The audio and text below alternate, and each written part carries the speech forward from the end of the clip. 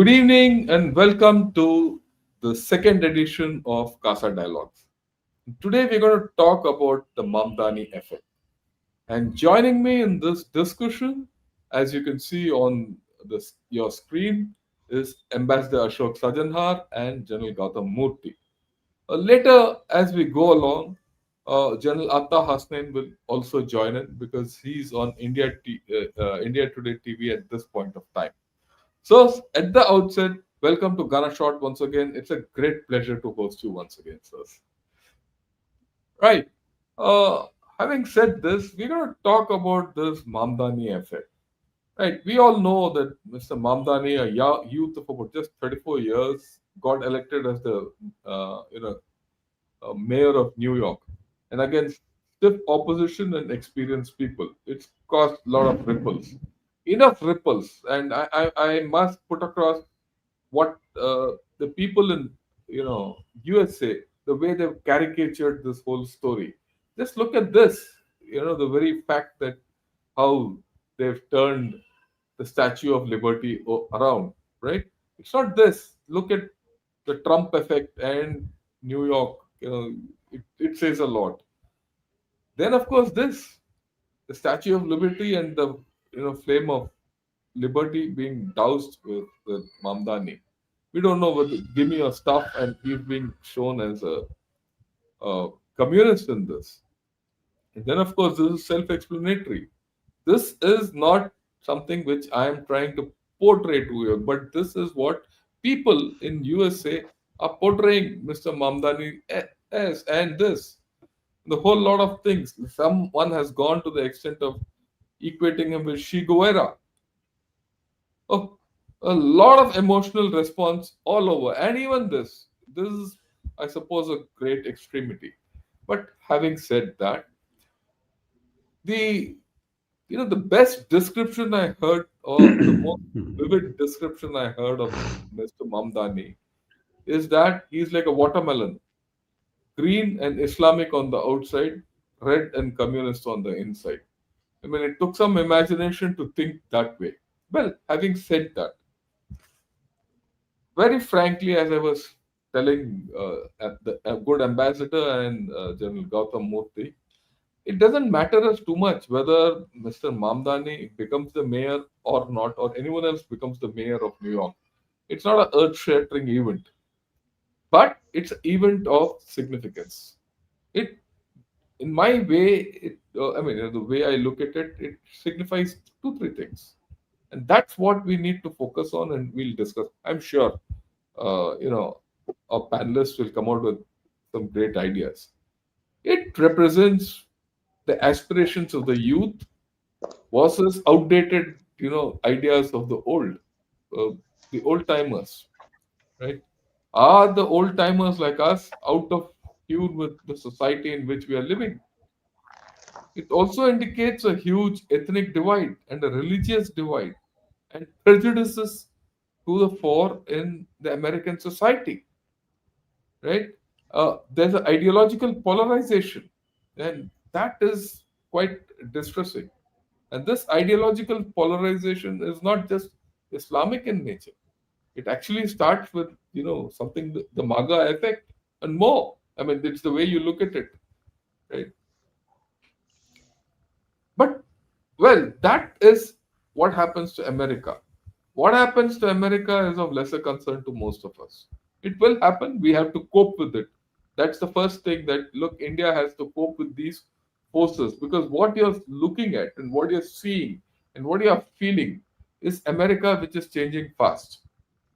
And let me add a personal touch to this. I was speaking to my son, and all of a sudden, he says, "Look, Dad, over the past 1 year, America has changed internally. And he stays in the West Coast, and West Coast is predominantly one-sided as far as their politics is concerned. Even there, he says things are not improving or things are not very great. So there is cause for all of us. But more important than all of this is the fact that we have lessons for us in India. In fact, the problems in India on these issues are probably much more. So, with this as a background, I'd request Ambassador Ashok Sajjanhar, or rather, I'll request first General Gautam Moorthy. So, I would like your views on this. Would spend some time because I think this is a subject where we have to think through this whole story deeply. Uh, General Gautam Moorthy, sir, all yours. Thank you, General Shankar. Good evening to you and Ambassador Ashok Sajjanar. Good evening to all your viewers. What is it that an election to the office of the mayor of a city, albeit a big one, has made such waves, not only in that city, in that country, but around the globe? I would like to ask you or your audiences, or your audience, does anyone know the name of the mayor of Mumbai? Or the name of, you said your son is in the West Coast, uh, mayor of Los Angeles or San Francisco. Yet, the newly elected mayor of New York is making waves. Zoran Mamdani is going to be the first Muslim mayor of New York, the first of Indian parentage, and the youngest in over a century. His election as mayor is controversial, basically because, as General Shankar very correctly brought out, and in the cartoons that we saw, he is perceived as being an Islamist, a watermelon Islamist on the outside and a communist on the inside. He is an outspoken criticism of Israel. Massive opposition funding had come from billionaires. There have been accusations of Islamophobia during his campaign, and his victory has sparked both celebration and backlash. And General Shankar brought it out very succinctly right in the beginning. Now, the US has been polarized. We have been seeing it. There are debates about religion, about race, and political ideology. So, he campaigned basically on leftist ideas such as city run grocery outlets, free public transportation, universal childcare, and heavily taxing the wealthy. Now, many of his critics consider these proposals radical and worry about their feasibility. Now, your viewers would know that within the Democratic Party, at one stage, there was this Democratic Socialist Alliance that had formed. And under Bernie Sanders, and Bernie Sanders was a forerunner, and a number of young people were voting for Bernie Sanders within the Democratic Party. He represented a change. He represented these leftist socialist ideas that a number of countries in Europe have, and obviously Asia and South Asia. Now there was spending on both sides. Ultra wealthy families spent over 22 million to defeat him, backing his opponents. Plus, enough billionaires boosted his campaign, like Warren Buffett and the others. He got money from all. And so he came as a breath of fresh air, and that is why he was selected. Right from the beginning, people said Mamdani is going to win. We all knew he was going to win. In fact, General Atta, who will join us, uh, told us when he wrote that article, he said, I wrote this article much before his victory because I was ready for his victory. Now, what is his stance that is involved in this controversy? First is his strong advocacy for Palestinian rights, criticism of Israel, and he attempts to cut tax breaks for organizations which are tied to Israeli settlements. So the pro Israel groups and subsegments of the Jewish community have been against him. He has accused Israel of committing genocide in Gaza. He's called it an apartheid state. And these stances have drawn a very heavy backlash. He is perceived as a Hamas sympathizer. He has not condemned the Hamas. He has, of course, said they've carried out war crimes. But when asked specifically to condemn them as a terrorist group, he has held back. And if you recollect, long ago, he once called for a global intifada. And we all know what is intifada. So for this, he has faced rhetoric from his opponents. A video has resurfaced where he discusses the post 11 anti Muslim discrimination, which further inflamed the debate. He says, I have weaponized my experiences, and therefore, you see, and further, the writings of his father, Mr. Professor Mamdani at Columbia University, has surfaced. The father has justified suicide bombing, equating a suicide bomber with a soldier. And he says, you must understand the suicide bomber. So, with this kind of things, then there's, of course, main criticism of his policy proposals, the economic feasibility. Many are comparing him and calling him New York's Kejriwal because he is offered free public bus service, universal child care, city run grocery stores. They say, where will you get the money for all this? Opponents call his proposed mathematics as magical. They wonder whether the city tax hikes can actually raise approximately $10 billion a year, which Mamdani would require to fulfill his agenda. He proposes a rent freeze on over 1 million rent stabilized apartments. Real estate professionals are warning that this policy could shrink investments and trigger drop in property values. One saw what happened when many of our Indian cities was under the Rent Act. In Mumbai, I still remember in the 80s, a three-bedroom apartment on Marine Drive where I knew somebody was staying was still paying 35 rupees a month rent. So this is the kind of thing that America, which is for a free economy, a capitalist economy, people are really worried. Business and climate investment, it's not for nothing that New York is called the Big Apple. So this could discourage investment. It could spur capital flight. Many of the people are planning to move away. The other states are competing. US is a federal area, so like states like Texas or Florida could compete. And business leaders are really getting worried. Uh, Lastly, I'd like to say that his plans to replace the police with mental health professionals for some 911 calls are described as unrealistic, potentially unsafe, and questioning whether social workers are equipped for violent or unpredictable situations. So I will leave it here as of now. Basically, by summing up, I'll say that he lacks a political roadmap and he does not have the experience at all to run this important state. Thank you, General Shankar. Back to you. Oh, thanks a lot, sir. I think you brought out very important points. Thanks a lot. I now turn to Ambassador Sajjanhar. So you've seen that a lot of Indians are feeding Mamdani, and probably some of them are owning him as Indian success, and many are making much of the fact that he quoted Jawaharlal Nehru. This was the destiny speech in his talk. Do you think that's a okay thing, or do you think that whatever's happened there is going to affect India, and what will our thing be? And your views on this, plus of course the whole overall thing. Over to you, sir. Yeah, thank you very much, General Shankar, and thank you very much, General Moorthy, for inviting me also to this very important and interesting panel discussion.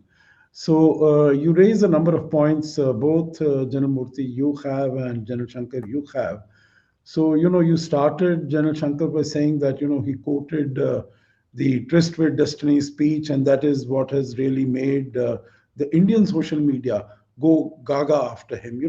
I think, particularly on social media, I don't know about the thinking people themselves, but we seem to be very easy to please because we really were sort of, went into raptures that, this is his cultural connect with India. And so, he is one of us.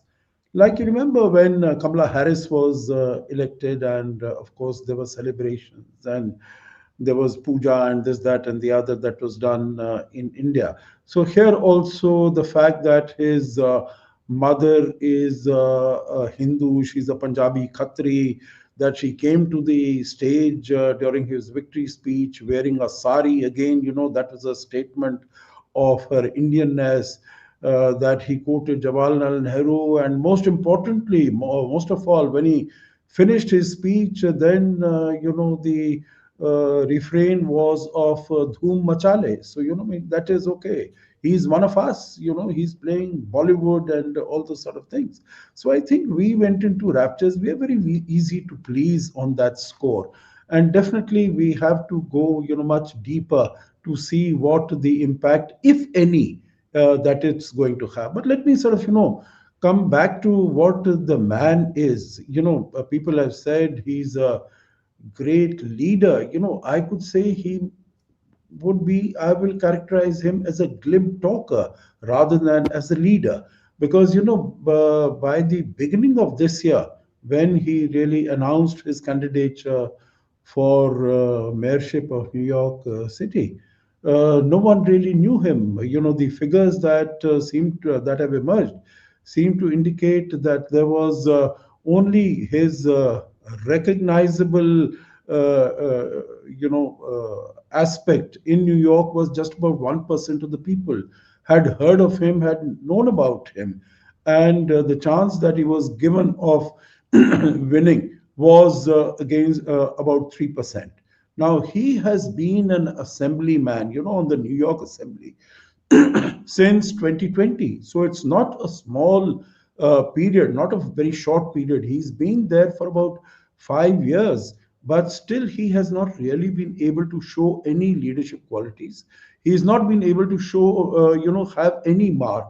All the points that General Gautam Moorthy mentioned, that these are his plans, that he's going to open grocery stores in these counties which are not well served. He's going to put a freeze on rent. He's going to provide free child care. He's going to provide free bus transit for people. None of these issues came up from him when he was in the New York Assembly. So, these are some things, issues.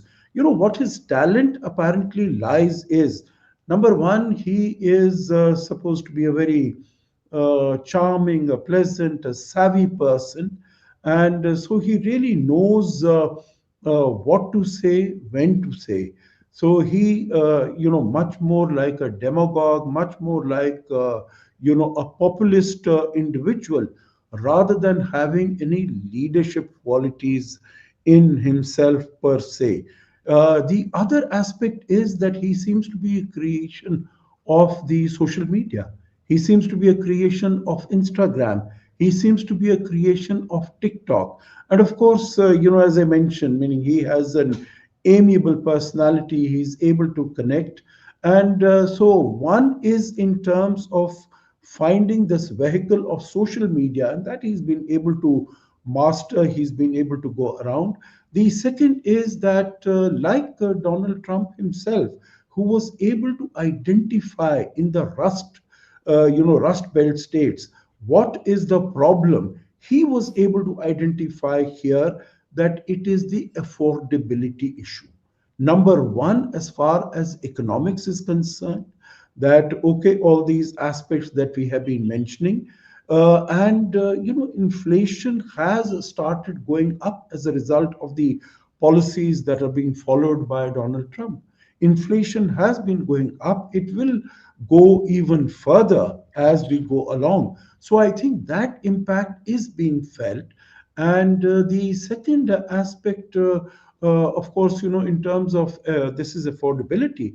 The second aspect is on the attack on immigrants. Not only those who are to come in, the illegal immigrants, but even those people like Janamurthy, you just now said about your son on the western coast.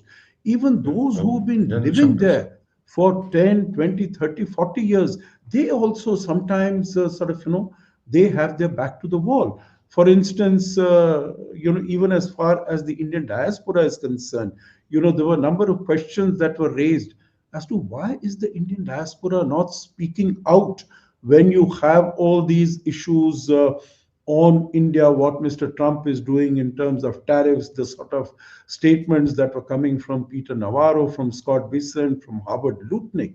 And the reason came out is that they themselves are not sure of their own positions. For instance, even people like Vivek Ramaswamy and so many of the others, those who have invested their whole life and their whole political capital and future in the MAGA base for President Trump, they themselves are also, seem to be feeling the backlash. So, as far as the immigrants are concerned, and New York, of course, is a city of immigrants. So, these are the people who have come to his support. So, I think I would say, as far as the man is concerned, in terms of the strengths that he has, he's a glib talker. He's able to communicate very well. He's able to communicate very well as far as social media is concerned.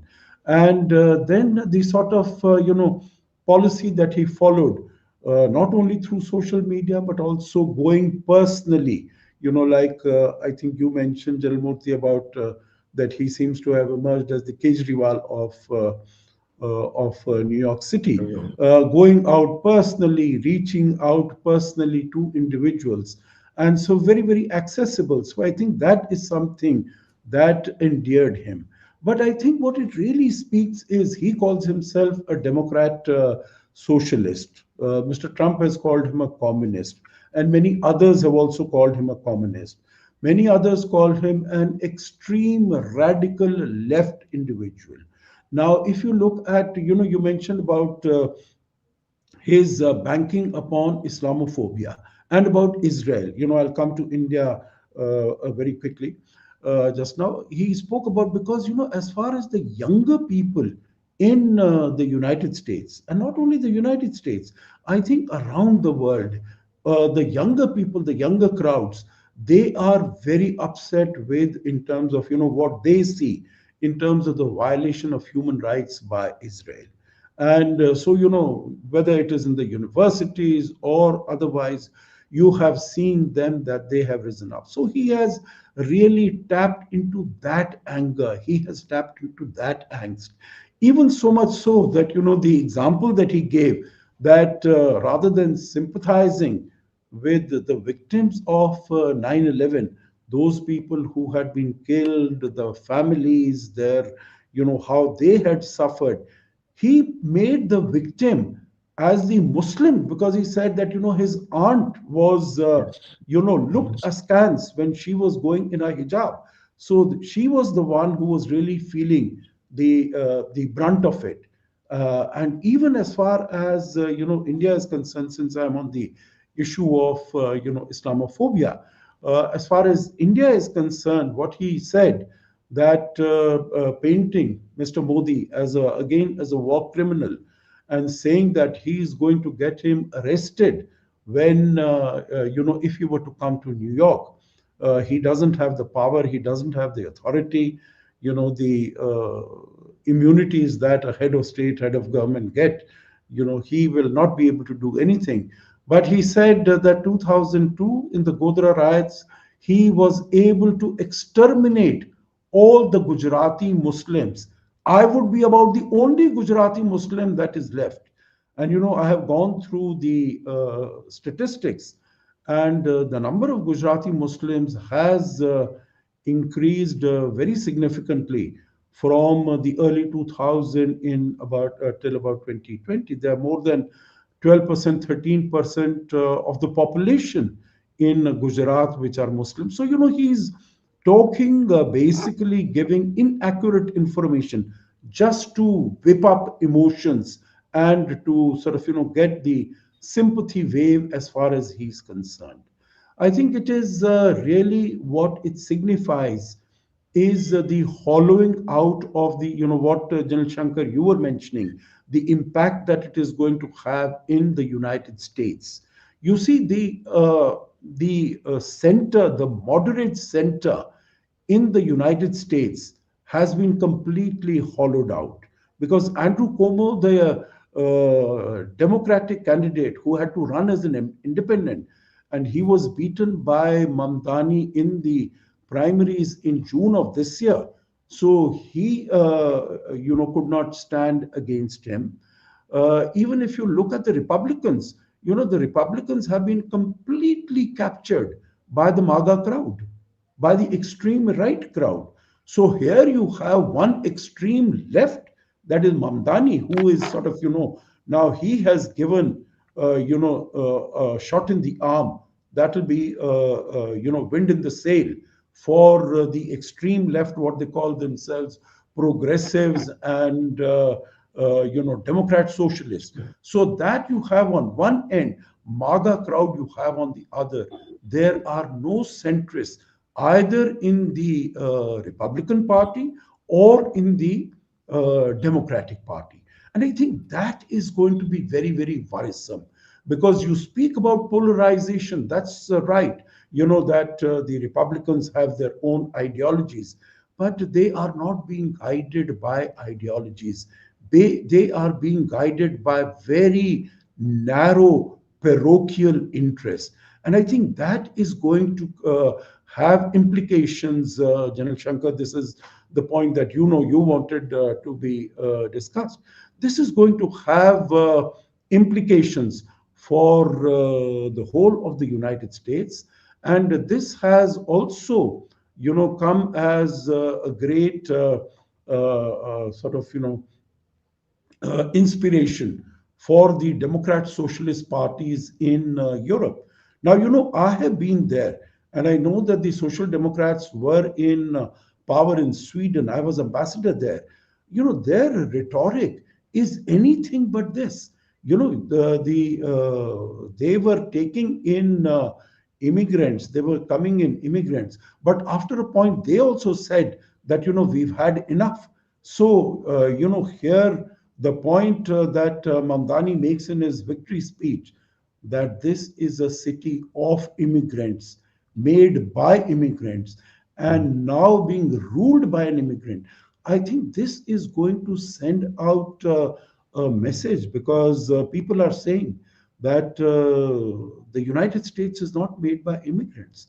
The United States is being made by Americans. And so, this is going to pit the immigrants against those so-called white Christian nationalists, and that is not going to be a pretty sight there. So, if you say, General Shankar, I will stop here. I've spoken for Thanks a about lot, sir. 15 minutes. Yeah, But of course, there's so much more to say we will about talk. him, about the man, about his policies, the impact. And of course, we can have a discussion after this. I think, sir, both of you have brought out some fantastic points. Uh, what comes out, and from both your talks, we're looking at a glib, savvy charmer who is not a leader really in the true sense. And there I see, yeah, 1 minute. Yeah, there I see. Good evening, sir. General Good Hasnain, evening. Good you just evening, Good come in. Ashok evening. Saab. Yeah, Good evening, thanks a Gautam. lot, sir. Thanks a Good lot, evening, Good sir. evening, Adar. sir. Yeah. Welcome.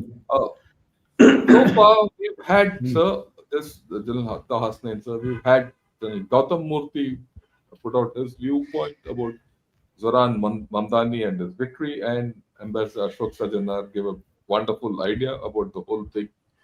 And the point which I did make earlier is that he's being feted by many Indians as if it's an Indian victory with many things. Talking of the tryst with destiny, this, that, the link to Machale and all that. That's one part of the story.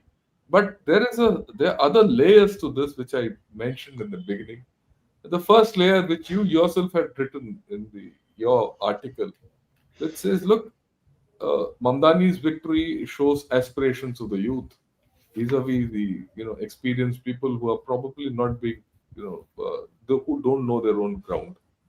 But equally, it also shows a certain amount of polarization and deep polarization, which Ambassador Sajjanhar outlined. The fact that today there is no center, the center is hollow in USA.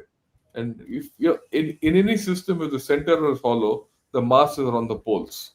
And these poles are not able to meet. And that is absolutely ample in the American society. And that he's a glib talker, savvy, charmer, and more like Obama 2.0, where like Obama, he promised a lot and delivered little. So that could happen. So I'd like your view on this. because after this, I'd like to turn to the implications for India, and we'll discuss that. Over to you, Hasnain, sir. Thank you very much. Quite a change coming out of terrorism on India today and hitting Mamdani Sahab here on Kasa. Firstly, thank you so much, John Gautam Moorthy, for inviting me for this program. I have jotted down 10 points, which I hope to cover in 5 minutes for you, right? Nothing more than that. I've written two articles which have been put out, and I think mostly people know my views. I tend to believe that the issue of Trump's negativism, Donald Trump's negativism, has led to a very great extent to the success which Zohra Mamdani has been able to garner. Because there has been a tremendous kind of a pushback which we are seeing happening.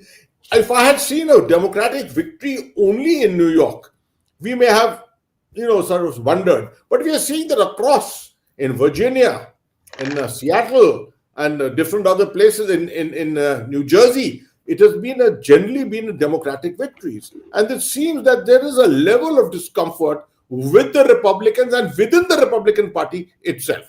That's my first point. The second, of course, you already covered it, that Zohra Mamdani wins signals the arrival of a new political generation, Gen Z, young millennials who value authenticity, empathy, and accountability over slogans. Politicians the world over are known for rhetoric. Speak hell of a lot, do that much lesser. Here comes a politician who's promising to do a hell of a lot. Of course, most politicians always promise to do a hell of a lot. But what in the case of Mamdani, what is happening, and only time will tell whether his true value will really come out or not. But his level of sincerity, which seems to emerge from his body language, is tremendous. I don't know what kind of a body language he's acquired from his parents, but his smile itself is pretty enigmatic. And he cheers up a lot of people by just going and smiling at a certain place.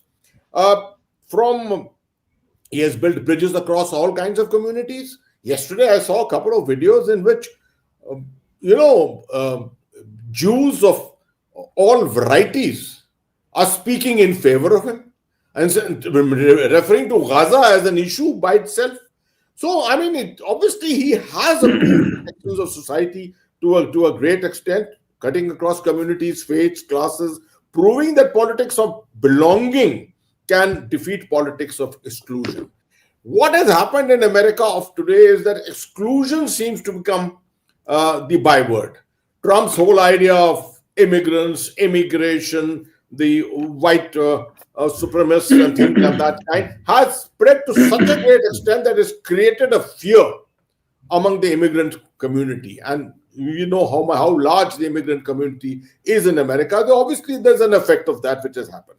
Then the energy, the kind of campaign which he has launched is quite remarkable, actually. Almost a door-to-door. Last 8 to 9 months, he has been almost on door-to-door, standing at every corner, meeting every single individual, from old ladies and cutting across everywhere. It's not that he's just touched upon South Asians or something like that. So it's the quality of his campaign itself which probably has helped him.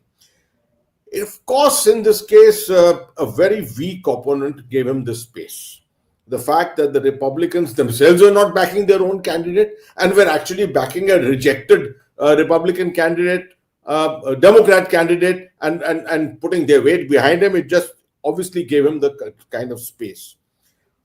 The words which he has used against Donald Trump, I have particularly condemned that to a great extent in my own writings. I felt he got carried away, perhaps very elated in his win at that particular time.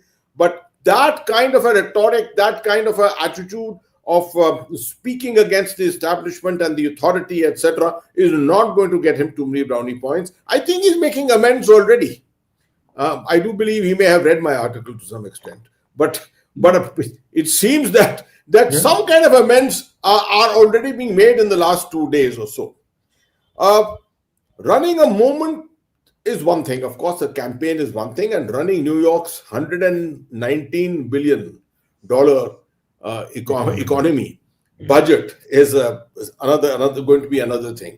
The very good thing we see this morning in newspapers is that he has taken in a deputy who is a veteran and a budget expert, someone who has handled New York's budget. So obviously he is happy to have professionals with him. I suppose anyone who's in political authority would want like-minded people, right? Age is not an important thing for him as far as this is concerned. So this kind of a movement is going around all over the world. Kathmandu, Dhaka, we have seen it's happened now in New York, it's happened in Madagascar and places like that. Whether this is something which we are going to discuss this issue as far as India is concerned in a short while. We will look at it at that time. I would also say that after years of anger-driven populism, voters seem to be favoring some kind of a calm, competence, and centrist pragmatism. Far too much, although everyone is accusing him of being a leftist, he's not a radical leftist. I would say ideologically more centrist in his approach, and centrist is what the world seems to be looking towards. A lot of people are saying that, we are coming back from right wing to left wing. I don't think so. From right wing, a lot of movement is taking place towards centrism. I think Zohra Mamdani actually virtually represents that element which is more centrist in its nature. We will discuss the effects on India and what will happen. What are the prospects of his success? Future. 34 years old, inexperienced, never handled administration, perhaps, never handled a budget of this kind. I mean, Sunday, when you have this kind of a responsibility thrust on you, the one quality which will help you greatly will be delegation. We don't know how well qualified he is, how confident he is of being able to delegate, but the manner in which he's called in 5 ladies or 6 ladies, I think, who are the main going to be the chief advisors with him, obviously shows that he's got an element of trust which is there. As long as he's not let down by the people who are with him at this time, I think he should be on some kind of a ground to succeed. A stupendous success is not something that we are looking at, but as long as he's making a dent and he's delivering some of the promises that he's made, most of the promises are impossible promises, free transportation and things of that nature. They are much more leftist oriented. I don't think that is something which he'll ultimately be able to achieve in office. I'll stop there and we'll take up the next part. Thanks a lot, sir. You've given a slightly different way of looking at things. That you feel that Mamdani is more of a centrist, and maybe it's a breath of fresh air to USA. But when you look at the overall thing, uh, there is no center on which the American politics can hang itself on, right? And that was very amply brought out, or rather demonstrated, not only in this election and what happened in Virginia and other places where more of a backlash. It also happened in the shutdown. There is no middle ground which the Democrats and the MAGA crowd or Republicans are finding, and this is not the first instance, the second, third instance. And I felt, and I'll be very honest with you on all this, is that we have a similar problem in our country. Our own left and the right, or rather, the main opposition parties don't see eye to eye. And just as you look at, I mean, I wish Mamdani and the Americans and the MAGA crowd the very best in sorting out their issues, but I'm looking at it more from our point of view. uh, you know, if you've seen over the past, not even past 5, 6, 7 months, 1 year, 2 years, the antagonism between the ruling party and the opposition party in our own country is huge. And we know that many issues of national importance have been approached with a lack of any, any degree of being on the same page. There are many issues where we had to be on the same page, where our own politicians have not been on the same page. So it is in this context, I'd like your views on what's happening in USA with this Mamdani versus Trump, kind of a divide, which they represent. It's not a personalism, it's a institutionalism. And in our own context, where do you see us going, and where do you think we need to change course or reinforce where we are going? I'll start with you, General Gautam Moorthy, and your views, sir.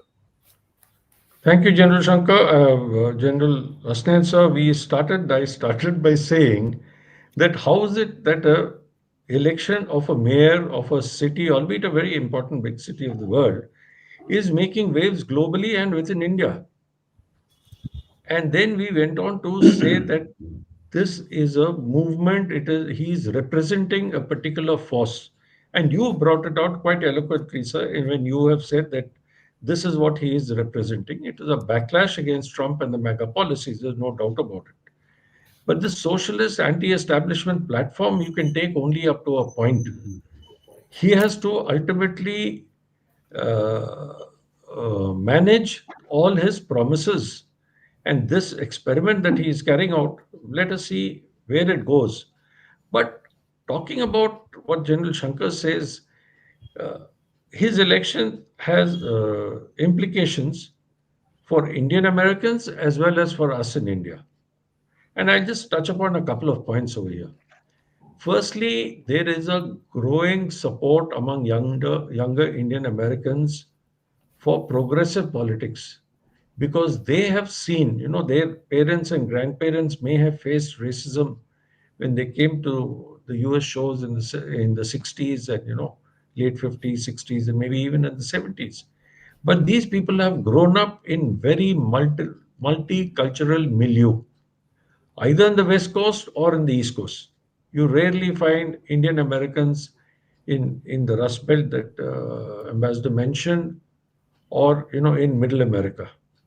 So for them, Trump's rise has actually shaken them, and the Republican Party, if I may so, has been captured by MAGA. So his victory suggests a move away from aligning with the MAGA crowd towards embracing anti-racism and inclusive governance. Now, Desi voters, there have been lots of analysis carried out. I'm not getting into the figures as to how the Desi voter shifted. The Republican had a great base. Remember the Howdy Modi campaign, and that was in India, of course, and Trump, Abki Baar Trump Sarkar, and Mr. Modi had really captured the Republican base, the Indian American, very enthusiastically voted for Donald Trump. But then when they found that the MAGA, putting them and running this vicious campaign against Indians, Americans, after all, maybe 2 or 3% of the population, and they are doing well for themselves, and they felt very, very badly let down. So Mamdani mobilized all the South Asian communities. When I say Indian, I mean Bangladeshi, Pakistani, everybody over there. And the Indian Americans, they wanted to show that they can influence major elections when unified around shared values. Well, he's the first Indian American, Muslim, youngest New York mayor, and it therefore expands the narrative of what Indian American leadership can look like, not just in assimilation, but this is the dangerous bit in activism. I wish it was more towards assimilation, like we just mentioned. Now, for India, diplomatically, of course, the ambassador will throw more light on it, but his vocal criticism of PM, ambassador did mention calling him a war criminal over the 2002 riots. This could strain India's engagement with the diaspora leaders who do not align, with this. And therefore, India obviously has been going out of its way, this outreach program towards diaspora, Pravasi Divas, and all that we have. We cannot solely rely on the Republican aligned Indian American. We have to look at these Americans too and take them along. And this election, there is a lot of anti Hindu hate in the US. So I think it complicates India's efforts to frame Hindutva as a unifying cultural identity abroad, even within the country, as General Shankar mentioned, it is creating issues. And to project this abroad is also going to create some problems. His socialist leanings, we all know, India is also very much a socialist country, as in our constitution it is laid out. Uh, but the human rights advocacy, he may bring up issues like J&K and all. We really do not know, but right now I think he will be more focused on running a city than making tall claims and making statements about other countries. Though I believe that he will be baited by journalists. He'll be asked to give interviews, he'll be asked to speak on issues other than New York because he is representing a particular force. And that force, India's diplomats would do well to sort of be able to contain and not let it go haywire. That's all that I have to say. Back to you, General Shankar. Very Thanks a well lot, said. sir. Very good. Well, thanks a lot, sir. And I'd like to turn to Ambassador Sajjanhar. So, one thing is coming out very clear. Trump and the Republican base are very clearly now no more for India. In fact, if there's anything, they are largely against India. Though he talks of Mr. Modi as his friend and all that, but his policies belie his words. The same thing goes for Mr. Mamdani and his ilk. The Democrats, despite what they talk, right, and in fact, I'll put it this way, Mr. Mamdani, despite all the roots of his Indianness and all that, is not for India. He's proclaimed himself to be someone else, right? So, in this context, where do you see this whole equation between India and USA going?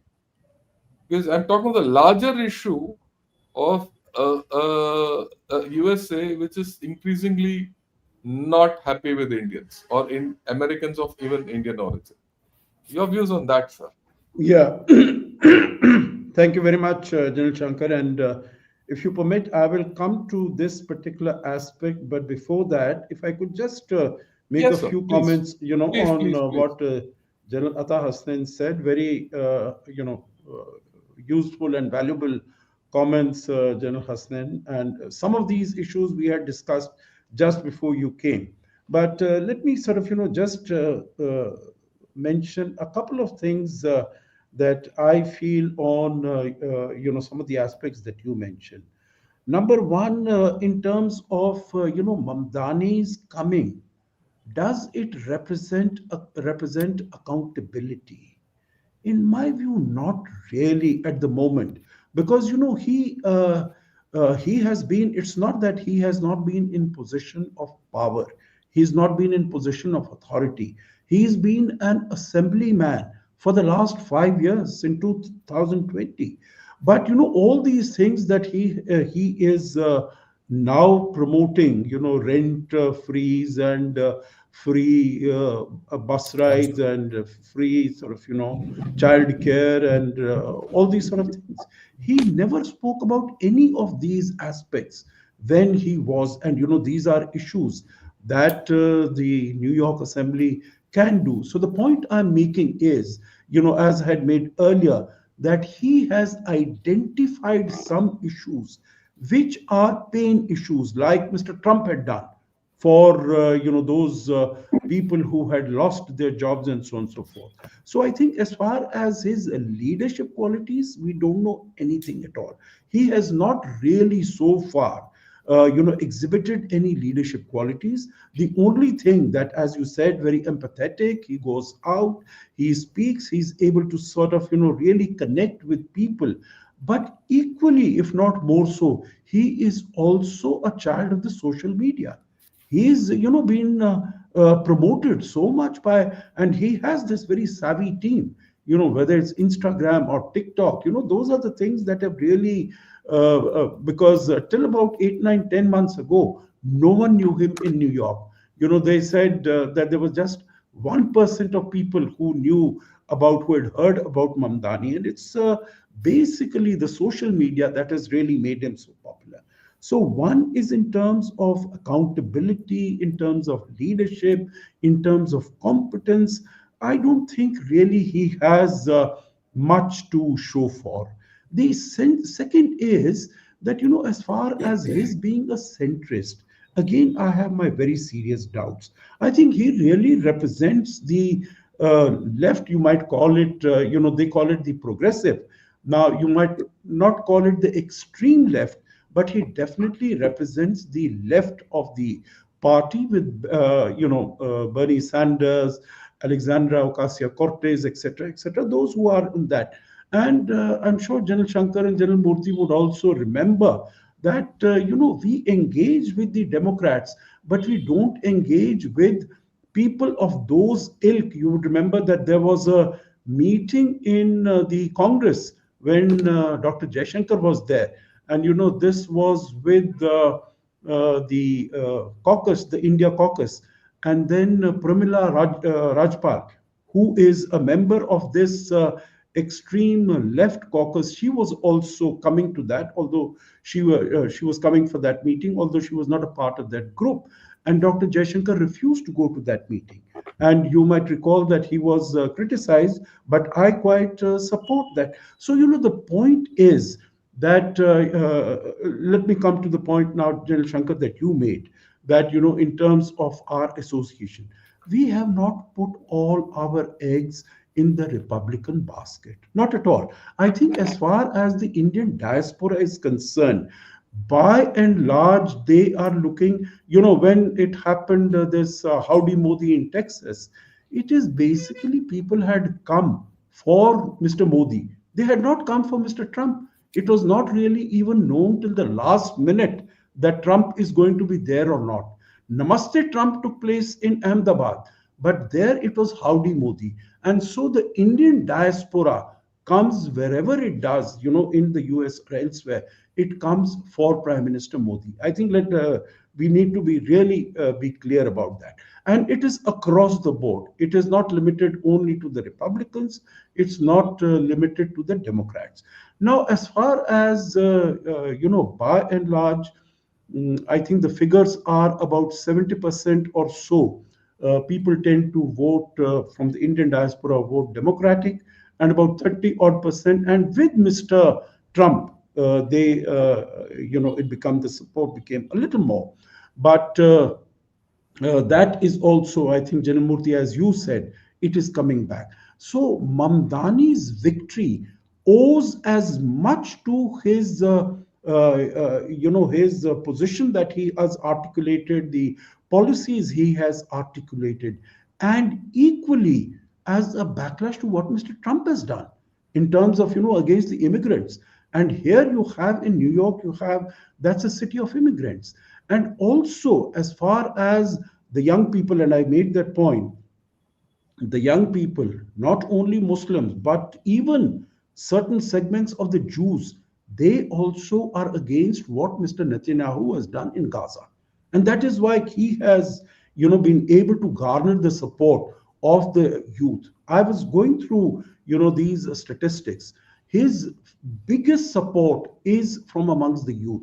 In fact, it is also mentioned that there was a group that came up which was known as Hindus for Zohran. And I went into the details because, in terms of, how many Hindus voted for him after his statements against the CAA, after his statements against the abrogation of Article 370, after what he had said about Prime Minister Modi. This Hindus for Zohran is a very small group. Its Instagram footprint is about 1,000 people, and the number is that. So I think we need really to be conscious of that. But of course, as far as Jews, they say the younger Jews, which are against Netanyahu's policies, they have voted much for him. I think, as far as General Shankar, the point that you made about what is happening in India, the polarization between the right and the left. Of course, if the opposition and the ruling party did not oppose each other, did not have different views, they would be really be in the same party, but they are not. Now, what, in my view, what we are saying, and it might be a little simplistic argument, that the opposition is not willing to agree to anything of what the government says, because having stayed out of the government now for more than now 3 elections, and they have really not been able to make a mark, nor have they been able to make a mark in any significant way in any of the state elections. We'll see what the results in Bihar are on the 14th, but the indications are all that the opposition is not going to be doing too well as far as they are concerned. So I think there is a level of frustration that has set in as far as the opposition is concerned. And that is what is really leading them to make these very outlandish charges that have been made, whether it is vote chori or against Supreme Court and all those sort of things. So I think this is something that has to be dealt with in terms as far as the government is concerned. Try to put its own house in order where it feels that things are not going well, but otherwise focus on development, focus on growth, and I think that will be a response to all the charges that are coming from the other side. The last point I would make is that his as far as Mamdani is concerned, the energy of his campaign was good because the youth had come with him. Meaning he is, Jan Shankar had said that he is another possibly, a replica of Obama. He might be a replica of Obama in the suavity, in the suaveness, in the, the very pleasant talking, etc., that he does. But Obama was a centrist as far as the Democratic Party is concerned. He was not a leftist. He was not a progressive member of the progressive. He represented the center. And in that sense, there is a huge difference between Obama and Mamdani. The chances of his success, he is right from the word go, he's taking on the establishment, and he needs federal funding to be able to meet his programs. If he wants to implement his programs, he needs federal funding. He needs state funding, meaning he can't do it all on his all by himself. So we'll really have to wait and see as to how his rhetoric of what he said on whenever his victory speech was on the 4th or the 5th, that Mr. Trump turned the volume up and all that sort of things. I don't know how far that is going to go, but I think and maybe the last point, what is happening in Nepal and Bangladesh. I think they have their own rationale. The circumstances are different, but it is of course that the youth is impatient, and that is why they are bringing in change. In Mamdani's case, most of it was because there is an anti-Trump backlash that is happening. Thank you very much. Thanks a lot, sir. Thanks for your views. I'd request General Atta Hasnain, sir, you could comment on whatever has come forth so far, plus the fact that I repeat it, there is a certain trend line coming out of USA, whether it's Democrats or Republicans, and that is represented by Trump and Mamdani. It's the nature of the system, which clearly indicates there's an anti-Indian feeling in the country. In that context, where do we go? How do we handle this whole situation which is emerging? That to me is the larger question. I request your views on it. Let me start, John Shankar, by the other way around. Let's talk about Indian politics, and then I'll go back to American politics. The very heartening thing you're seeing happening at the moment with the terror attack, you are finding no attacks being made either by opposition or by the government against each other. There's nothing. No one has spoken about failure of intelligence, and no one has spoken about lack of investigation. And there's that. Everyone is quiet on this. I wish this is the kind of thing which we could exude, which we could project in all national crisis moments, because that will hold our politics in a far better stead than anything else. But unfortunately, I think that's expecting a little too much this time. It's good as happened. I don't know. Is it because of the norms being placed in place because of the elections and things like that?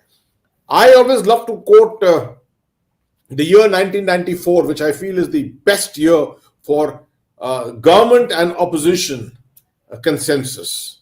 And that is the time when I say that actually the Article 370 should have been removed in 1994. That was the time when, if you remember, both houses of parliament, all parties came together, passed the resolution on 22nd of February to say that the whole entire territory of Jammu and Kashmir, which belonged to the Maharaja of Kashmir, belongs to India.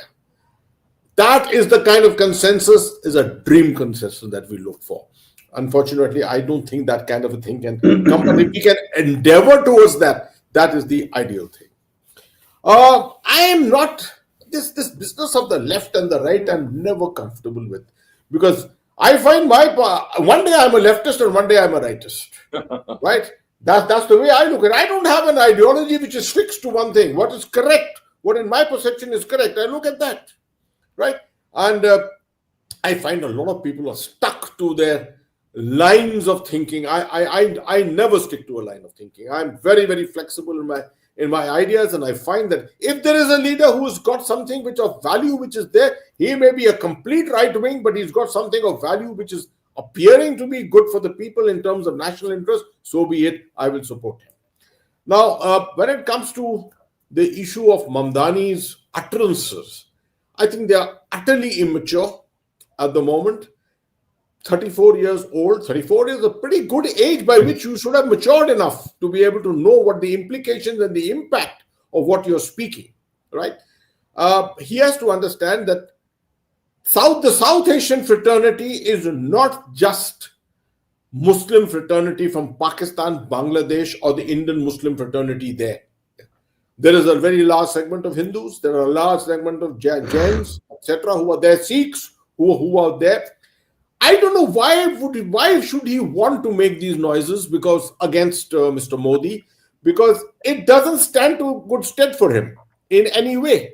Maybe he may be able to cultivate a few Muslims on one side and maybe able to cultivate a few Sikhs perhaps on the other side. But at the end of the day, if he is centrist in his approach completely, or let's say he's just quiet and does not indulge in unnecessary, issue of politics in India, perhaps the dividend that he will get in New York will be far greater. That's the kind of advice which one would always like to give him. The other aspect I want to just comment upon is the fact that the Indian diaspora is in dire straits at the moment. They don't know which side to look, frankly saying. Many of them have voted for the Republicans.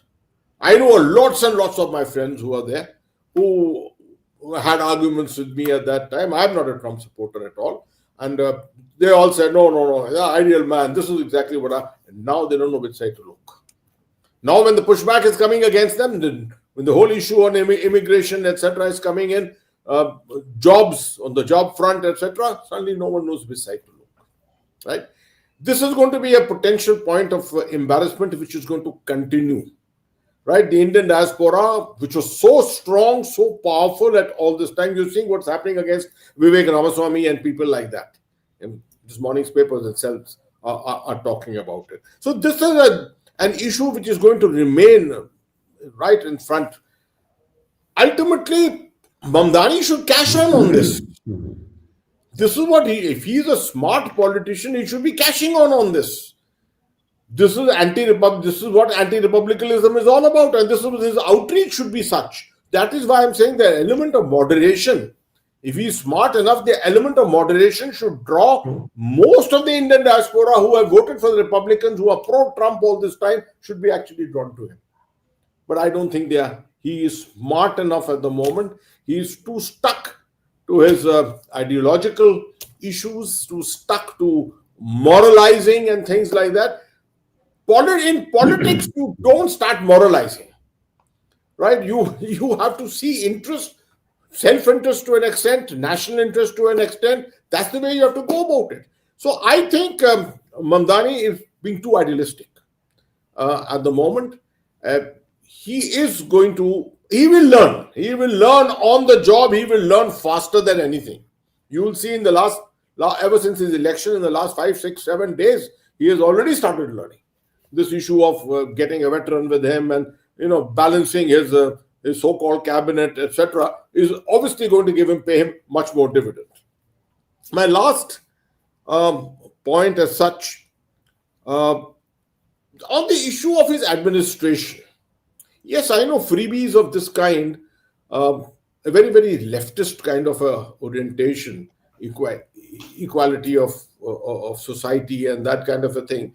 A lot of leftists love to speak about it, but when it ultimately comes down to administration, you will find that the implementation of those ideas hardly ever takes place.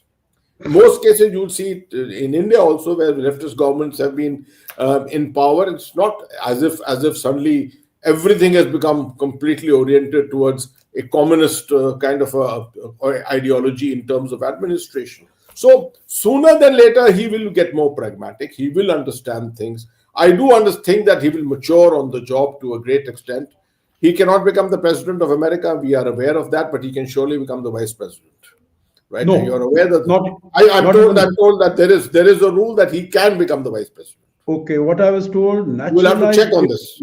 yeah, naturalized I'm told immigrant because of vice president can be a okay, non-naturalized kind of a this thing. okay, I myself was under the same impression which you are speaking about at the moment, but I learned maybe a day or two earlier that for vice president, it may be worth checking up. I may be wrong completely, but it does say sure, that for vice president, because he has had a bit of a confrontation with JD Vance, as you're aware, and sure. this is something that we were looking at in the future. The next presidential candidate from the Democratic Party may be wanting to look at someone like as young and dynamic as Mamdani as a running mate for all you know.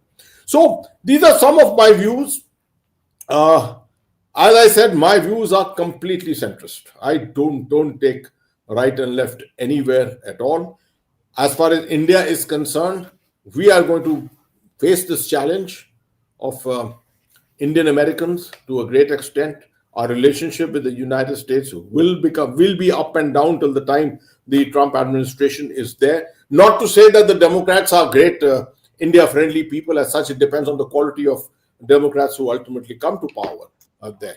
But by and large, the broad understanding in India has always been that a Republican administration has always been to our favor. You found George Bush, for example, the nuclear deal and things of that nature. We saw what happened during Bill Clinton's time. We saw what happened in 1994. We saw what happened in Robin Raphael with Robin Raphael and the manner which she handled South Asia at those times. Normally, Democrats have never been in favor of India. But this time, uh, issues have come to a head.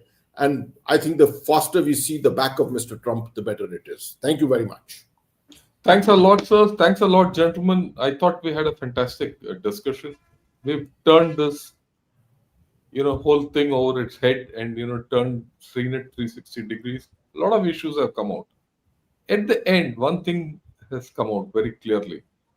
India has to change the way it handles America, because the present administration, it doesn't portend well for all of us. That there's no doubt about it, like what General Hasnain pointed out. Equally, the future of the Democratic Party as it comes out, as it emerges, also doesn't hold great promise for us. And that is what we have to see as we go along. How do we handle this great relationship with USA?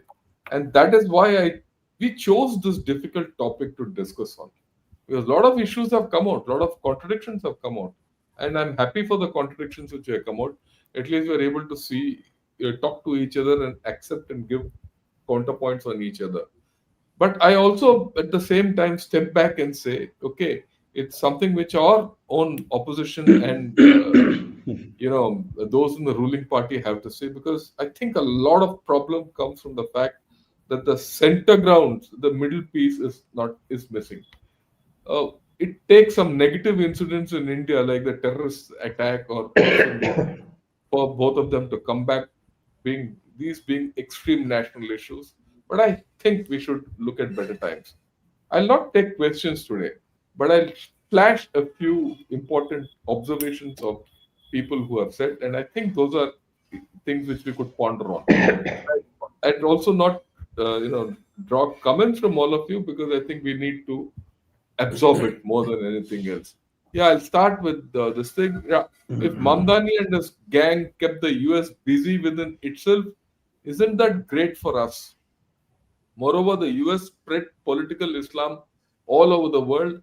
Now the snake has come to bite its master, which it needs real thinking. Yeah, to some extent, there are shades of yes and no in this, and we can think of it. I'd like to thank Kaivar for gifting 5 memberships to whoever it is. Yeah, and yeah, this is also an interesting view. Ashok Akash Tadani, sir, all this is par for the course. Finally, the big brother and the little brother are together on the same land, and the rules of engagement are about the same, if not identical. Your views will not give you views, but I think you've made a point which we'll, hold to ourselves. Okay. Uh, okay. This is from an American resident. As an American resident, I can tell you the liberal whites have not learnt a lesson. I shudder to think what's in store for New York City. Like London, it'll become a jihadi safe haven. Great. Um, yeah, yeah. This is someone else. Ashish Hegde says Zara Rahim interned under Obama. Mamdani will be in Obama 2.0. Maybe not a worry and could be better than Trump MAGA for us. Well, that's a question which we'll have to see as we go along. Uh, right. Yeah. The American Republicans need smart, intelligent, young white leaders. Otherwise, the leftist wokes who may talk glibly shall take over and spread anarchy around the world. Well, that's a fact, and I think the Republicans would miss Charlie Kirk at this point of time very, much, and they're already doing that. So, if you look at it, it's not as if those people don't have young, intelligent, and smart white leaders, or either way. And I think the fact again comes. I repeat this thing: the center is missing in the USA. Hmm. Followed. Jan Shankar, can I make a point at this Yeah, please, stage? sir. Please, sir. I'm not sure whether you discussed it. You may have already discussed it before I joined you. The issue of Hamas. I find that this tendency on the part of Sona Momdani to hold on to his words and not condemn the Hamas is something which is going to be very counterproductive for him. Yes. Yeah, Yes. we've Because discussed it. because you see, if someone like me takes condemnation of both sides, I said what happened on October the 7th was the worst possible thing that could have ever been done. Yeah, You have millions of ways of drawing attention to your problem of the world. Sadat across the Suez Canal to do it. You don't go killing 1,200 people and taking 250 people hostages to draw the attention of the world to your problem. That I'm very clear on. Now, this is where I'm surprised that someone like him, maybe is it for populist reasons that he has said so, but equally, he has condemned Israel, he's condemned Netanyahu. I think he would have done a lot of good service to himself if he had condemned Hamas. Thank you, sir. But we did discuss this point before you joined Before, us. That there's no, we are on the same page on that largely. The Fabian socialism of Nehru was quite different from the socialist mask being worn by Mamdani, whose policies are actually communist and, in Mamdani's own words, radical. Well, True. uh, yeah, this is again a very interesting point. In the 1990s, I came across some Israelis who were united. But now we see that a small portion of their society differing from the current policy. Is it the deep state at work? In fact, I would put it this way: if you really go into Israeli politics, you have the entire spectrum spread out, peppered out, not as a histogram, but as a flat line. So if many of us tend to look at the Israelis at one block, No. Yeah. completely right wing and everything. It is not so. There are a lot of left wing Very Israelis strong and left wing. very strong left wing. So we would be wrong if you assume that they're all It's a in it monolith. together in the same way. And Yeah. if there's anything which is Netanyahu is worried about, we don't know when he's going to go after this whole story settles. We'll see I that. would strongly recommend to our viewers, if they can Google and read breaking the silence. An organization within Israel, an NGO, which works against all aspects of human rights against Palestinians. So there is a lot of opposition within Lot, Israel. lot of opposition. Yeah. Uh, yeah, if Rahul Gandhi picked up more civil and public issues, it would be great. But they and the ruling party focus on the same polarization politics. Well, that's a view, and you're not far off. I also feel very strongly that unless our national leaders come together on major issues of national concern, we as a nation can't go forward at the pace at which we want to go forward because we are aiming to be a global power. Okay. Uh,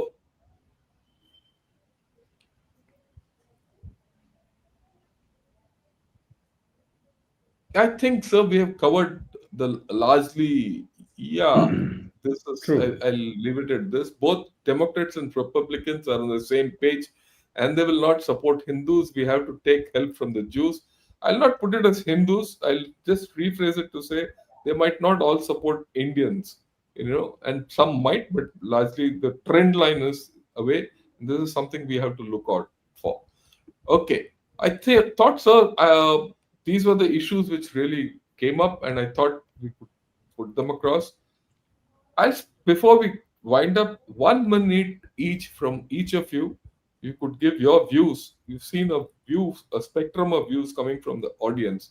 Your views, and then we'll wind up. Then Gautam Moorthy, sir, 1 minute each.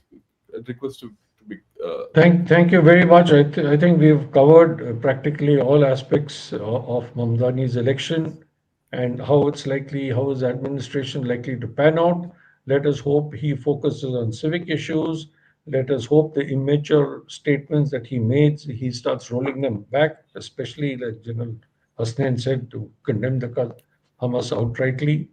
And let him not get carried away by ideology, but let his work speak for itself. And as you said, let him adopt a more centrist approach rather than this complete left-leaning, kind of a thing. We just wish him well and wish the citizens of New York well. That's all that Thank I you, have to sir. say. Thank you. Thanks a lot, sir. Ambassador Sajjanhar, sir, your views.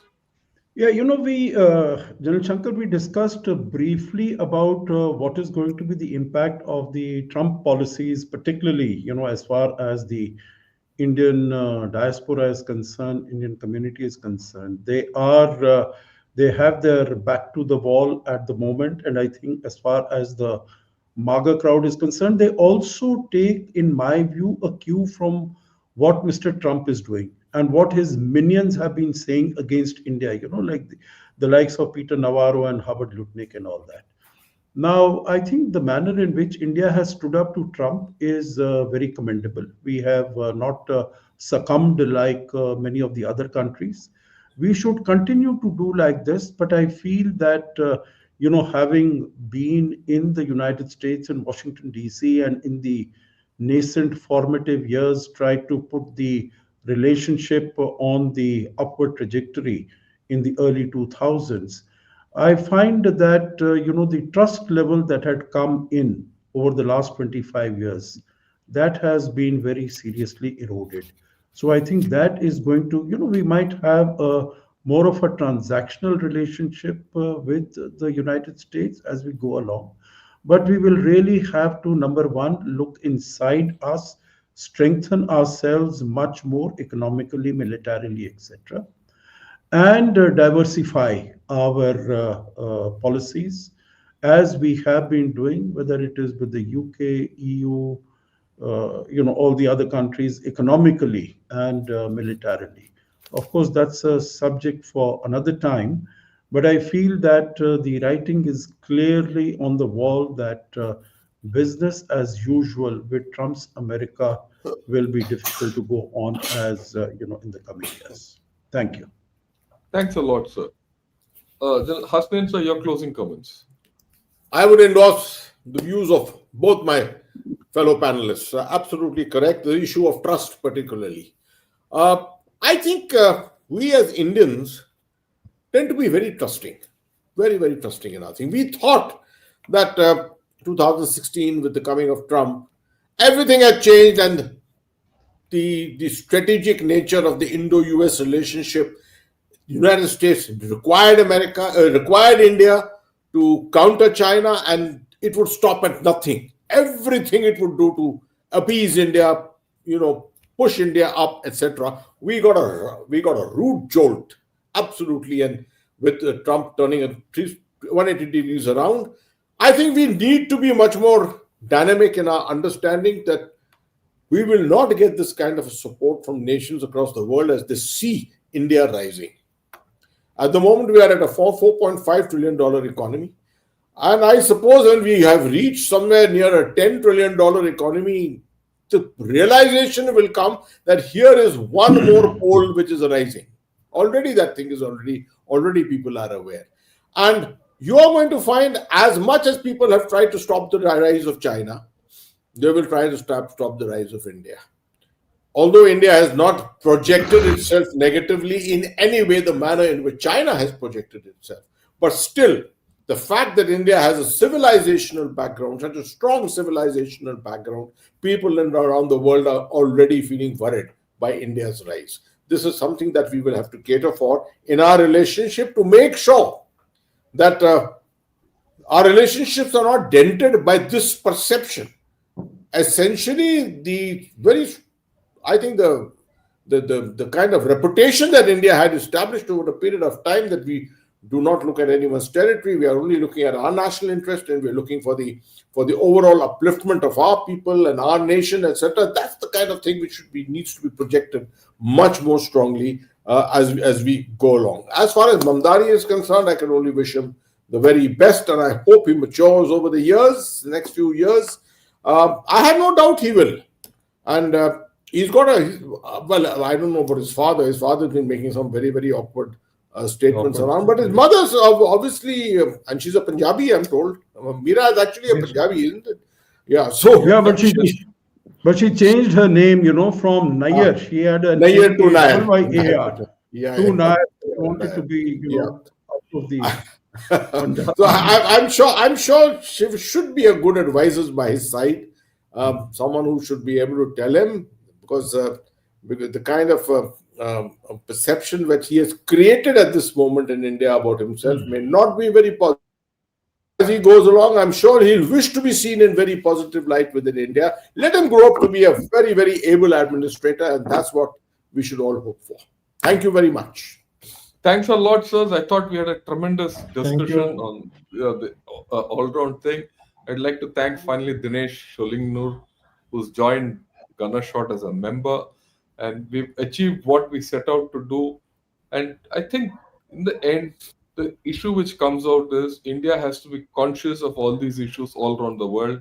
And as India rises, we will have these largely negative influences coming on us, because no country likes a change of status quo when another country rises. That when a country rises, there's always a change of global status quo, and that's happening. And across the board, whether that country was your friend or foe, there will be a lot of influence on us and a lot of negative influence on us, and that's something we have to learn to handle as we rise. With this, thanks a lot, sirs.